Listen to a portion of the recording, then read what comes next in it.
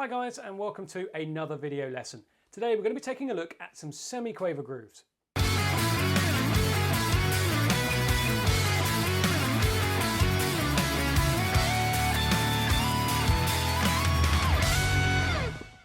So as we already know, grooves take their name from the cymbal pattern, or the lead hand. We've looked at crotchets and quaver grooves, or quarter and eighth note patterns.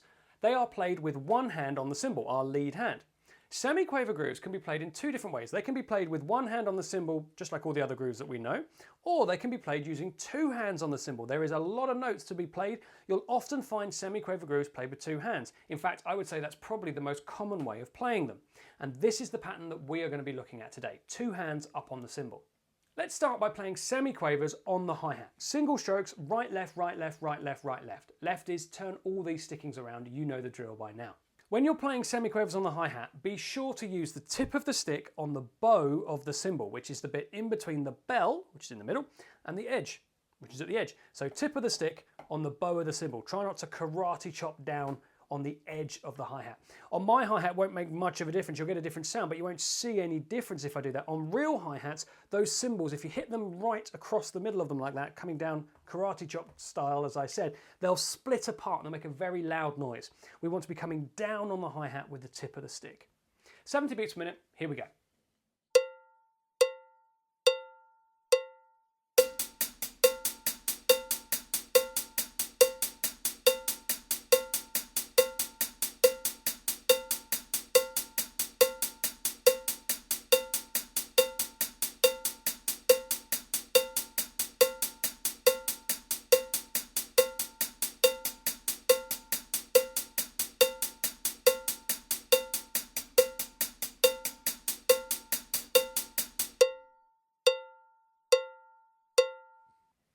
Next up, let's add the snare drum in. Now the snare drum will land on our right hand, or our lead hand I should say. 1 E-ander, 2 E-ander, 3 E-ander, 4 E-ander. So the lead hand is coming off the hi-hat, down onto the snare drum, and then we're coming back up again to finish the pattern.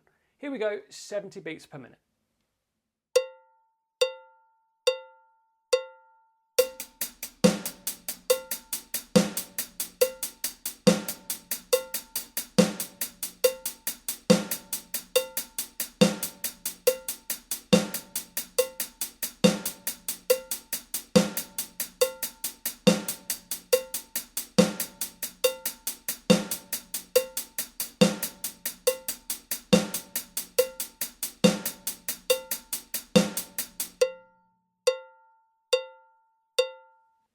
To complete the groove, let's put the bass drum in on beats 1 and 3. Make sure that the bass drum is coming down at exactly the same time as your lead hand. We don't want any flams, that sort of sound.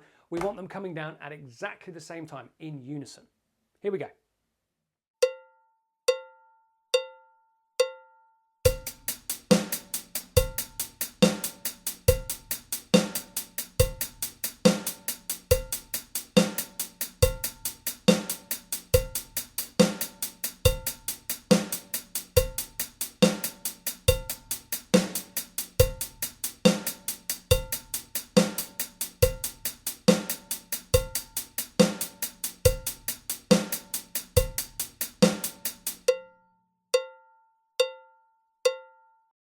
We've learnt a new groove. You know what's coming next. We're going to put that in a 3-1 resolve. I've gone for a standard semiquaver fill around the kit. You can change that if you want to.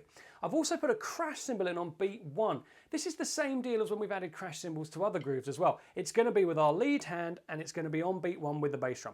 We're then going to carry on that single stroke pattern on the hi-hat to play the groove. Be careful when you come from the fill as well. You're going to be going 4 E and up. Both hands need to be back over here to play the groove because we're using both hands to play the cymbal. That was a lot of words. I'll stop talking. I'll play it for you now at 70 beats per minute.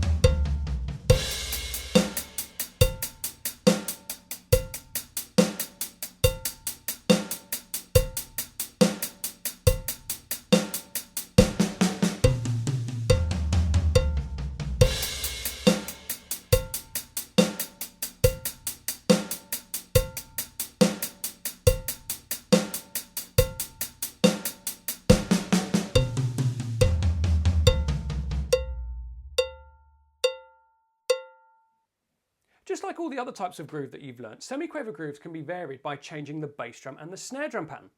I'm going to add in an extra bass drum on 3 and. I'll play the whole pattern for you now at 70 beats per minute, then we'll break it down and take a closer look at it.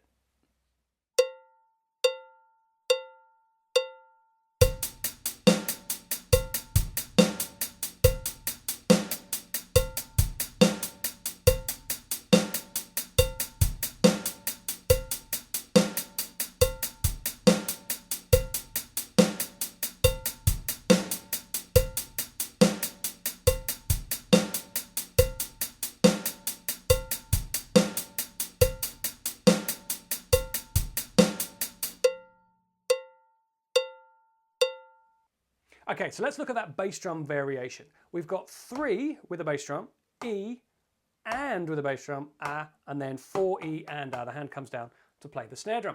So the extra bass drum lands on my lead hand. In fact, all of the bass drums in this bar are landing on my lead hand. When you play double-handed single-stroke semiquaver grooves like the ones we're looking at today, I often try and work them out in terms of movement. I've talked about this in previous lessons. So yes, counting 3 E and A, absolutely fine. But if you want to think of that in terms of I'm playing the bass drum on my right and not my left, that will also give you the same result. Either option is fine. I'll rest beats 1 and 2 and I'll play the last half of the bar and we'll loop that round 70 beats per minute.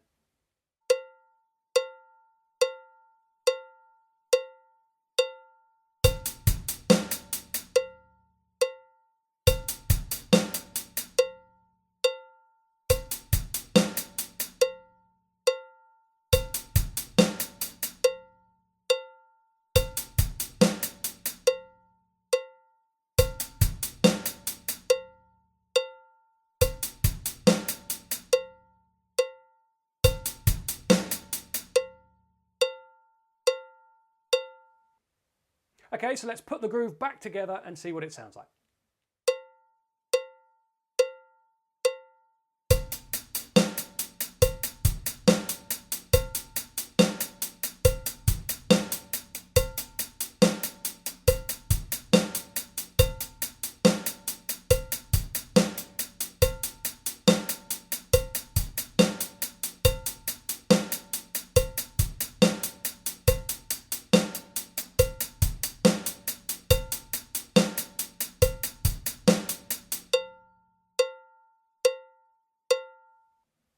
We'll finish off by putting that new groove in a 3-1 resolve.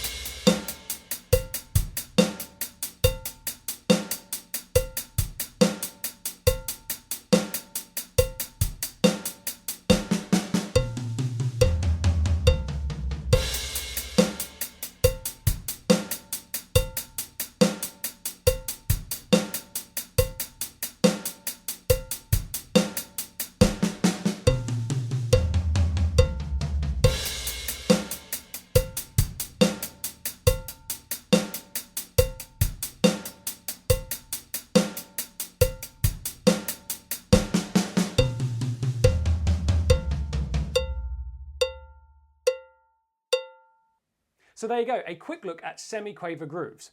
You must know what's coming next. Pause the video and see what variations you can come up with.